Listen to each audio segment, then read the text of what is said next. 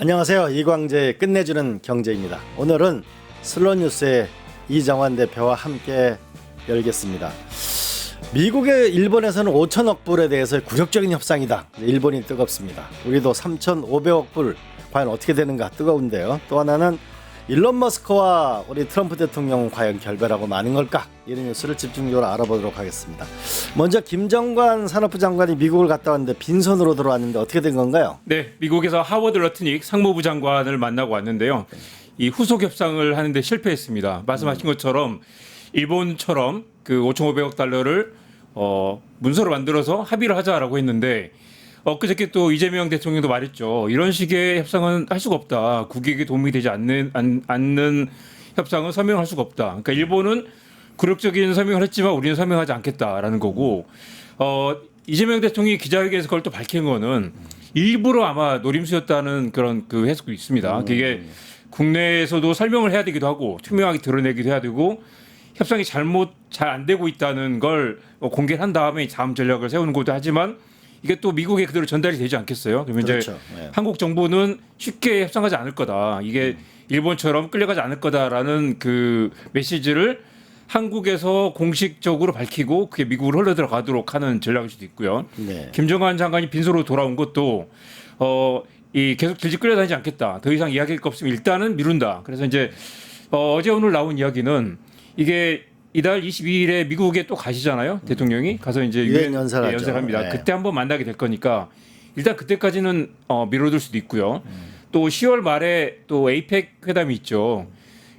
멀리 보면 그때까지 미뤄야 될 수도 있다. 그러면 그때까지 미룰 때 누가 더 후달리느냐인데 한국 정부는 이미 이제 자동차나 약간 우리 쪽 불리한 게 있지만 그걸 감수하고라도 일단 우리가 그 낮은 자세로 갈 필요는 없다라는 입장을 정리한 것 같습니다. 알겠습니다. 근데 중간 점검을 해보면 지난 7월 관세 협상 직후에 김용범 대통령 정책실장이 네. 이 돈의 조달 방식에 대해서 좀 입장이 바뀐 거 아닌가요? 그렇습니다. 그게 아마 이제 김용범 실장도 당신의 협상이 굉장히 잘 됐다고도 했고, 그분 김 실장이 말씀하시기로는 내가 한 펀드 하는데 이건 펀드로 가는 거라서 걱정할 거 없다라고 얘기를 했어요. 당시 말로는 2천억 달러를 캐피탈 콜이다. 그 말은 이제 한꺼번에 2천억 달러를 집어넣는 게 아니라 필요할 때마다 요청이 오면 건건히 자금을 모아서 투자를 하는 거고 이게 말 그대로 펀드이기 때문에 정부가 3,500억 달러를 다 넣는 게 아니고 정부가 당시 그런 말을 했어요. 에쿼티, 론, 개런티라고 했는데 에쿼티는 이제 현금을 집어넣는 거고 론은 이제 대출하는데 개런티 보증을 해준단 말이죠. 그래서 정부는 당시 5% 정도라고 그 이야기를 했어요. 5% 정도라면 에쿼티, 론, 개런티로 해서 정부 비용은 많지 않다라고 했는데 이 3,500억 달러의 5%면 이것도 175억 달러고요. 한 200조 원 가까이 되나요? 꽤 큰 돈이긴 하죠. 근데 이제 그래서 지금 당시 이제 김용범 실장은 그렇게 말하면서 이 정도면 잘 막았다라고 얘기를 했어요. 그래가지고 저희도 그렇고 많은 언론사들이 굉장히 성공한 협상이다. 이 정도 그리고 사과도 안 내주고 소고기도 안 내주고 농축산물도 시키고 게다가 또 이 자동차 관세도 15억까지 낮췄으니까 아쉽지만 잘된 협상이라고 했단 말이죠. 근데 이 트럼프의 반응을 보면 김용범 실장이 잘못 이해했거나 아니면 우리 쪽에 좀 위로하는 식으로 해석을 했거나 아니면 양쪽 다 모호하게 열어놨었죠. 당시로서는 트럼프 대통령 입장을 바꿨을 수도 있고. 네, 그래서 트럼프 입장을 바꿀 수도 있고 당시에는 이걸 이제 무리하게 명문할 필요는 없다. 일단은 모호하게 하고 관세 협상부터 하자고 그랬는데 관세 협상도 지금 도장을 안 찍고 있는 상황이죠. 예. 근데 일본이 지금 이제 굉장히 뜨거운데 네. 굴욕적인 협상을 했다. 이 일본이 왜 굴욕적인 협상을 했다고 비판을 받는 내용이 뭔가요? 그렇습니다. 일단은 일본은 5,500억 달러인데요. 5,500억 달러. 현금으로 투자를 해라 첫째. 현금으로 넣어라. 그리고 둘째 투자 대상은 다 미국 정부 트럼프가 결정한다. 어디에 투자해라고 하면 거기에 무조건 투자를 해야 된다라는 투자 게 대상은 미국이 정한다. 네, 농담인 줄 알았는데 진심이었어요. 예. 또 이제 다음 조건은 투자 회수 전까지는 수익을 절반으로 나누고 이 다 회수를 한 다음에는 90%를 미국이 갖는다라는 조건인데 90%를 미국이 갖는다. 그래서 김용범 실장도 그렇게 말을 했지만 그런 조건이면 절대 할 수가 없죠. 그리고 국제적으로 그런 건 용납할 수가 없습니다라고 이야기를 했어요.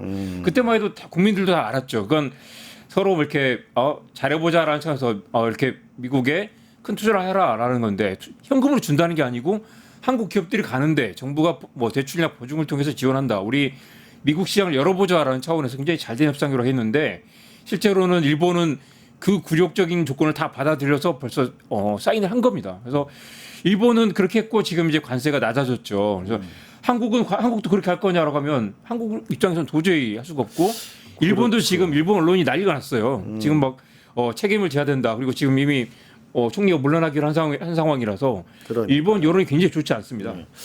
이거 보면은 우리가 일본하고 우리가 또 사정이 다른 게 일본은 기본적으로 부자잖아요. 1조 4천억 달러라는 네. 외환 보유고가 있고 네네. 미국 국채도 1조 1천억 달러가 있는데 우리는 4천억 달러에 3,500억 달러 가져가면 84%나 되고 아, 그렇습니까? 미국 국채는 1천억밖에 안 되거든요. 근데 네네. 이렇게 될 바에 차라리만 25% 관세를 내고 버티자. 그렇습니다. 이런 주장이 있는데 어떤가요? 실제로 이제 그 지난 주말 사이에 이제 그런 여론이 많이 나오고 있고요. 또 하나 주목할 만한 건 딘 베이커라고 미국 경제정책연구센터 이코노미스트가 이런 말을 했습니다. 한국과 일본이 합의를 수용하는 거 너무나 어리석다. 자기가 보기에도. 그리고 트럼프 차라리 그 돈이면 말씀하신 것처럼 그 돈이면 한 그 돈의 20분의 1만 해도 자국 내 한국과 일본 한국 기업들 피해를 지원하거나 국가 경제를 위해서 써야지. 그걸 미국의 돈을 생돈을 그냥 3,500달러를 갖다 넣는 것은 500조 원 가까이 되죠. 넣는 것은 너무나도 말이 안 된다. 그러니까 이 트럼프가 너무 무리한 요구를 하고 있고 이게 끌려가서 안 된다라는 조언을 한 건데요. 실제로 그림 한번 보여주십시오.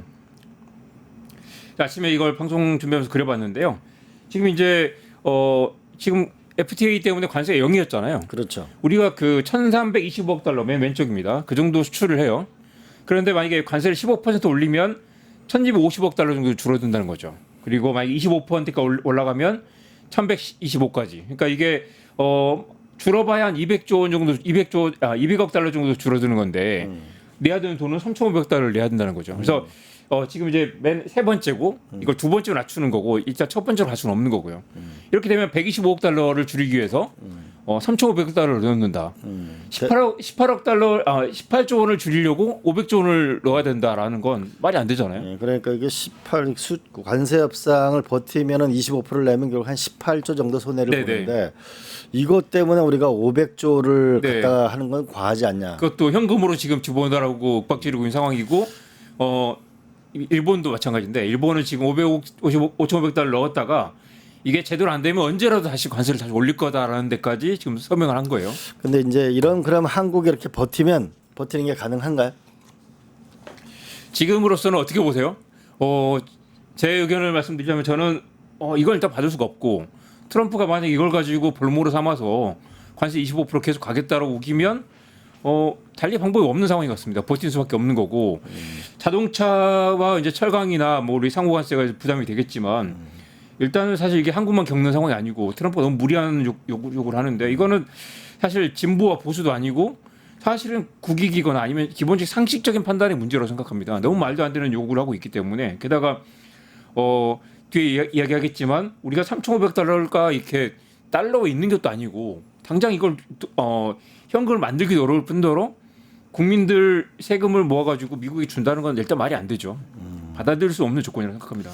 그럼 한국은 어떤 카드를 내놓을 수 있을까요? 그렇습니다. 그 아침에 이제 이광재 총장님과 저하고 같이 몇 가지 아이디어 회의를 좀 했죠. 일단은 지금 이제 비자 문제가 걸려 있는데 비자 문제를 하나의 또 이제 그 협상 카드로 쓸 수 있고요. 지금 트럼프도 보면 어제 또 트루스 소셜 올린 거 보면 이번에 그 이제 조지아주 사태가 뭔가 지금 패착이었다고 보는 거죠. 그리고 한국의 유능한 그 숙련 기술자들 없이는 미국의 제조업의 붕을 만들 수 없다라는 건데 우리 입장에서 냉정하게 생각해 보면 야 이런 파트너와 같이 일할 수 있을까? 이런 사람들하고 같이 하려고 우리가 3,500억 달러를 미국에 투자해서 공장을 지어서 과연 그게 제대로 굴러갈까? 그리고 실제로도 지난 이제 일주일 사이에 많은 그런 이야기도 오갔죠. 미국 노동자들이 너무 일을 못한다.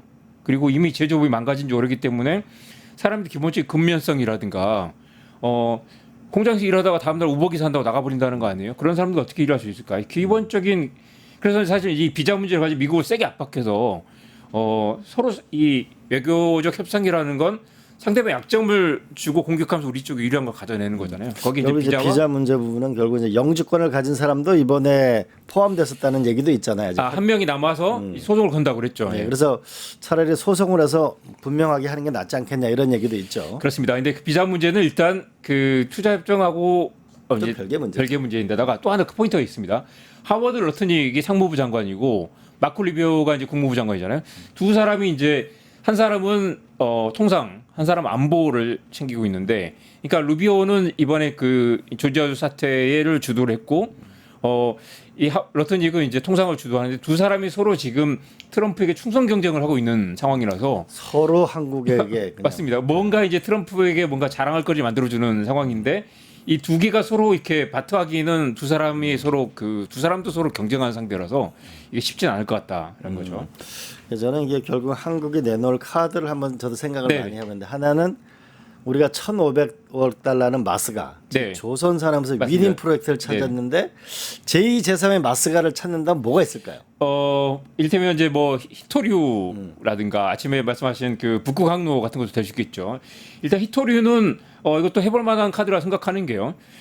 히토류는 전 세계적으로 지금 그 다들 품기잖아요. 거의 그 이 반도체 산업의 금과 같은 AI 시대의 다이아몬드 같은 것들인데 중국 정부 히토류 수출을 통제를 하고 있죠. 미국과 중국이 갈등하면서 중국이 히토류를 미국에 못 주겠다. 히토를 유일하게 받을 수 있는 나라가 또 한국밖에 없습니다. 그래서 이제 미국은 한국을 끼고 이 첨단 산업을 해야 되는 상황이라서 그 오히려 한국이 역으로 우리랑 같이 히토류 사업을 해보자. 이 2천억 달러, 3,500달러 다 말고 한국과 이런 사업을 협업하는데 우리가 이 비용을 공동으로 쓰자라고 역제안할 수도 있겠죠. 아마 그런 카드도 지금 거론이 되는 걸로 알고 있습니다.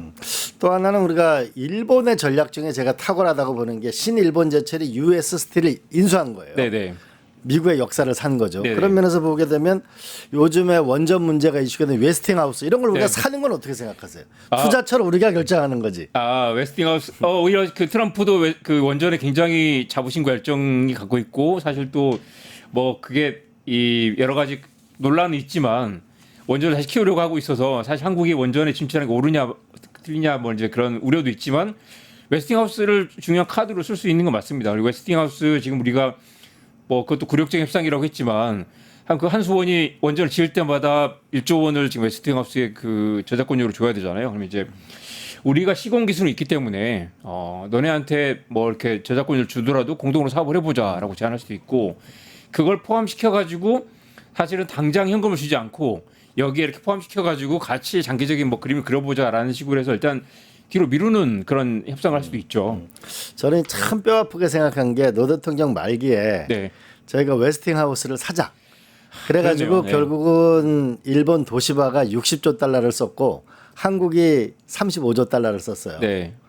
결국은 우리가 졌죠. 근데 지금 원이겠네요. 원 그렇죠. 원이죠. 네. P에 넘어갔는데 네. 그때 샀으면 또 하나는 크라이슬러를 사자 그랬거든요. 네, 네. 크라이슬러를 샀으면 픽업이나 그렇습니다. 그때 뭐 싼 게 많았네요. 네, 그렇게 했으면은 아마 지금 자동차 문제도 해결이 되고 네. 원전 문제도 해결이 됐을 그 텐데. 말씀하신 대로 지금 나오는 지금 이제 미국의 제조업에 몰락해 있으니까 지금도 웨스팅하우스를 어떤 식으로 좋은 조건 산다면 10년 뒤에 그때 샀어야 돼라는 이야기가 나올 수도 있고 여전히 사실은 그 미국의 GDP가 전 세계 글로벌 탑이고요. 뭐 중국이 아무리 따라갈 수 없고 중국이 세계에 그래도 그 이 경제의 가장 중요한 부분이라 미국이 세계의 가장 중요한 부분이라서 우리가 미국을 교두보로 여전히 새로운 어떤 성장 모델을 만들 수 있는 기회가 아주 얇고 어렵지만 남아 있는 건 사실입니다. 그렇죠. 아까 말씀하신 북극 항로를 공동 투자해 보자. 이것도 굉장히 수익성이 낮다고 하잖아요. 그래서 이제 처음에 김용문 필장이 이야기했던 것처럼 이걸 우리가 그 현금을 다 넣기보다는 그런 이제 레버리지를 일으켜서 금융 투자를 통해서 미국의 실질적인 그 이상의 가치를 줄 수 있도록 해보자라고 딜을 해야 되는데 지금 이제 아마 이게 뭐 러트닉이나 뭐 중간에 뭐 그 사람 만나서는 협상이 안 될 것 같고요. 결국 다시 지난번 한미 정상회담 때는 이제 아주 화기애애하게 악수하고 뭐 그 볼펜 선물 주고 끝냈지만 그때는 이제 관세가 중요했으니까요. 이번에는 이제 우리가 미국의 제조업을 마스가 말고 다른 형태의 어떤 위대하게 제조업을 키워보겠다라는 다른 카드를 들고 가서 빅딜을 만들어야 되는데 결코 이재명 대통령이 직접 나서야 될 것 같습니다. 제2, 제3의 마스가를 찾아야 되겠고 네. 또 하나는 김용범 실장이나 이쪽 지금 일부에서는 통화 스와프 얘기가 나오는데 네. 이거는 가능성이 있는 얘기인가요? 그림 한번 보여주십시오. 우리 아까 통화 외환 보유액이 4,163억 달러입니다. 8월 말 기준으로. 근데 미국 지금 투자한다는 금액이 3,500억 달러예요. 이제 84% 정도. 사실 이걸 이제 왜 이야기가 나왔는 걸 좀 봐야 되는데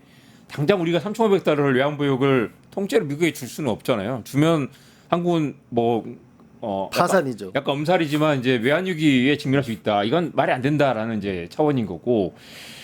설령 이게 된다고 하더라도 우리 3,500달러를 당장 줄 수는 없는 거죠. 준다면 국민들이 나서서 말려야 되는 거기 때문에 이건 이제 비교를 든 건데 이제 김영범 지금 이제 그 우리 투자협상단이 통화 스와프 이야기를 했죠. 통화 스와프라는 건 이제 우리가 미국에 뭐 돈을 줄 때 외화를 바꿔가자 하지 말고 바꾸는 가져서 뭐 여러 가지 비용이 많이 드니까 한국에서 돈을 하면 미국에서 바로 그 지출한 걸로 이렇게 하자라는 건데 이야기를 왜 꺼냈을까 생각을 해봤어요. 일단은 근데 만약 통화 스와프를 3,500달러 다 해줄 테니까 500억 내놔.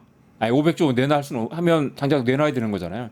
이건 미국이 받을 수 없는 카드일 수도 있고 애초에 그만큼 이게 현금을 한꺼번에 그 조달하기가 쉽지 않다라는 그걸 강조하기 위한 이제 한국 정부도 약간 블러핑일 가능성이 있습니다. 만약에 통화 스와프를 해달라고 해서 해주면 우리가 3,500달러를 다 넣을 거 아니잖아요. 이건 굉장히 조심해야 될 측면이 있어 그렇습니다. 보여요. 이걸 그렇게 쉽게 얘기할 건 아닌 것 같고 그래서 이제 지금 그 나오는 이야기는 지금 그래서 중요한 거는 이제 통화 스와프가 아니라 결국 이제 당장 미국 욕을 들어주고 싶어 들어줄 수 없다. 게다가 이거를 통화 수업을 하더라도 뭐 10분의 1도 안 되는 금액, 예를 들면 3,500달러 아니라 최대 300억 달러 정도씩 나눠서 하자라는 차원에서 이제 단계적인 그 과정을 얘기하는 거라서 그런 정도로 받아들이시면 될 것 같습니다.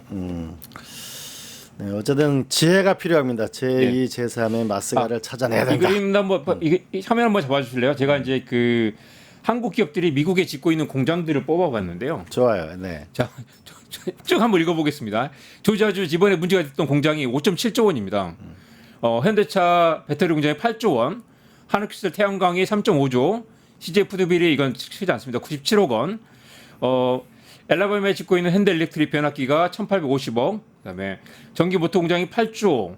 그다음에 또 배터리가 15.8조 원. 그다음에 양극재 공장이 2조 원. 그다음에 배터리가 또 3.8조 원. 쭉 볼게요. 웨이퍼 공장 6천억 원. 또 현대 알루미늄 3천억 원. 그다음에 해저 케이블 1조 원. 지금 필라델피아 조선소가 7조 원. 이거 쭉 하면 이게 수십조 원이 이미 그 미국에 투자를 하고 있는데 이게 지금 안타깝게도 그 3,500달러에 들어있지 않은 거죠. 네. 사실 이걸 다 묶어가지고 이미 저 투자도 저게 3,500달러 안에 들어가야 되는 거죠, 사실은. 그렇죠. 네. 그리고 이미 한국만큼 일본은 이렇게 투자하지 않았거든요. 한국이 이미 그 트럼프 1기 때부터 바이든 때부터 해가지고 지금 한 게 거의 130조 원 가까이 되더라고요. 그 정도로 이미 투자를 하고 있고 또 그 정도를 투자를 할 계획인데 한국 같은 파트너를 이렇게 강제 구금하거나 아니면 이렇게 뭐 관세 폭탄을 때리거나 이거는 다른 나라와 달리 한국은 다르게 특별대우가 필요하다라는 걸 강하게 어필해야 됩니다. 좀 당당하게 나가자 이런 네. 얘기네. 여한교 통상교섭본부장 미국으로 간 그 내용만 듣고 끝내도록 네, 하겠습니다. 그렇습니다. 이제 제이슨 그리어 이제 미국 무역대표부, 그러니까 이제 통상교섭본부장은 이제 장관 밑에니까 미국도 이제 좀 급이 낮아졌죠. 그래서 이제 실무 협상 할 텐데 사실 큰 기대는 하기 어려울 것 같고요. 아까 말씀드린 것처럼 9월 22일 미국에서 다시 한미 정상회담, 그다음에 10월 31일 한국에서 열리는 에이펙 회담까지 버티는 그 강력한 배포와 그다음에 이 강력한 협상력이 필요할 때입니다. 그리고 이제 당장은 그 이 자동차 업체들 지금 이 그림 한번 마지막 잡아주십시오. 2분기의 관세 피해 규모인데요. 사실 제일 큰 피해를 본 데가 토요타와 폭스바겐 독일 자동차죠. 그러니까 전 세계 자동차 업체들이 다 동시에 피해를 보고 있는데 현대차와 기아는 지금 보면 6억 달러, 기아차는 5.7억 달러. 그러니까 물론 이제 현대차, 기아차도 뭐 피해가 크긴 하지만 한국만 보는 피해는 아니다. 그리고 이 지금 2분기에만 해도 현대차, 기아차는 좀 손실을 끌어안으면서 지금 판매량을 유지하는 단계였기 때문에 그리고 현대차, 기아차도 미국 지금 수출뿐만 아니라 미국 수출이 20% 안 되더라고요. 나머지 80% 수출은 지금 살아 있거든요. 그렇기 때문에 이 잘하면 버틸 수도 있다. 그리고 이걸 여기에 겁먹어서 섣불리 더 큰 양보를 하면 안 되고 잘 버티면서 끝까지 유리한 협상을 해야 된다. 가장 안 좋은 반면교사가 일본이라고 할 수 있습니다. 네. 제가 재계 인사를 만나니까 이렇게 얘기하더라고요. 그 한편으로는 우리가 제2, 제3의 마스가를 찾아내고 또 한편으로는 버티면서 미국에 투자한다는 기업보다 더 파격적인 조건을 한국 정부가 한국 기업들한테 주자. 네. 그래서 미국하고 한국 두 개의 대차 대조표를 봐서 한국으로 갈 수밖에 없다라고 기업이 버틸 수 있는 힘을 줄 때 우리 협상력은 높아진다. 네. 네. 한국에 R&D 센터를 짓고 핵심을 두고 미국을 사실 공장으로 쓰면 되죠. 예.